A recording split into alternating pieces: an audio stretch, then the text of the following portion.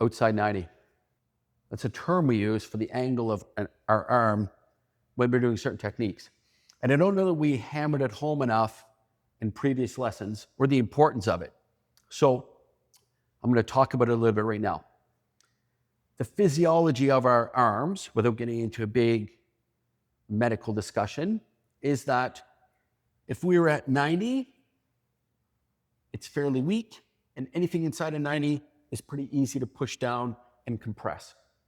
So 90 or in is weak. Outside of 90, like the term, very strong. So you can hold people, you can create a really strong frame here.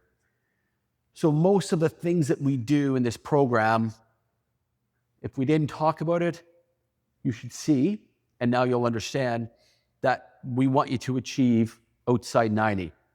So that comes from when we were talking about the spontaneous defense, and there's a bit of a brachial stun to the neck as we're coming up, and I'm responding. I'm not responding like this where I can easily be closed in.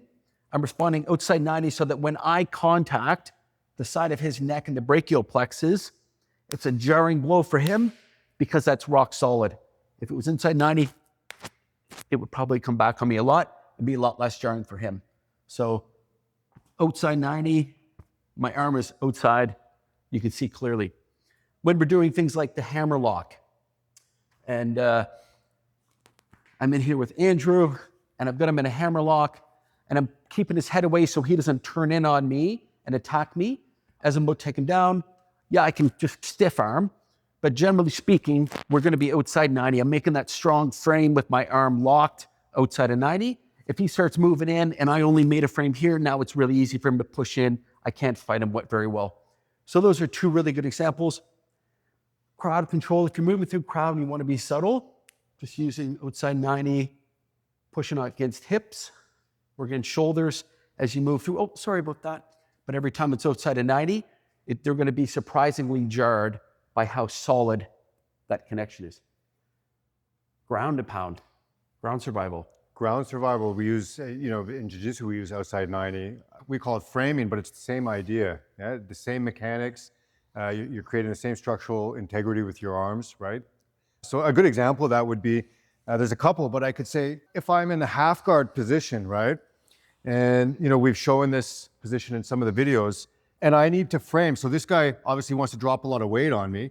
So I need to use the outside 90 or a frame, okay? And it's the same idea. So whether or not I'm using my leg, but this is the same thing. Now, as soon as I collapse this, as soon as it goes to 90, right?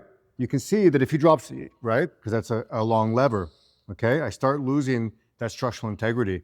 And even more so, if I'm in nice and close, it just drops weight, this all collapses and now I'm flat on my back.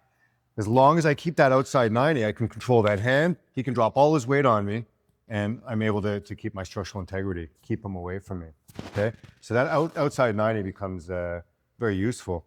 Even something, let's say, if Adam was in a side control on me, right? I've lost the ability to have my legs, but I can create a bit of distance with my hips.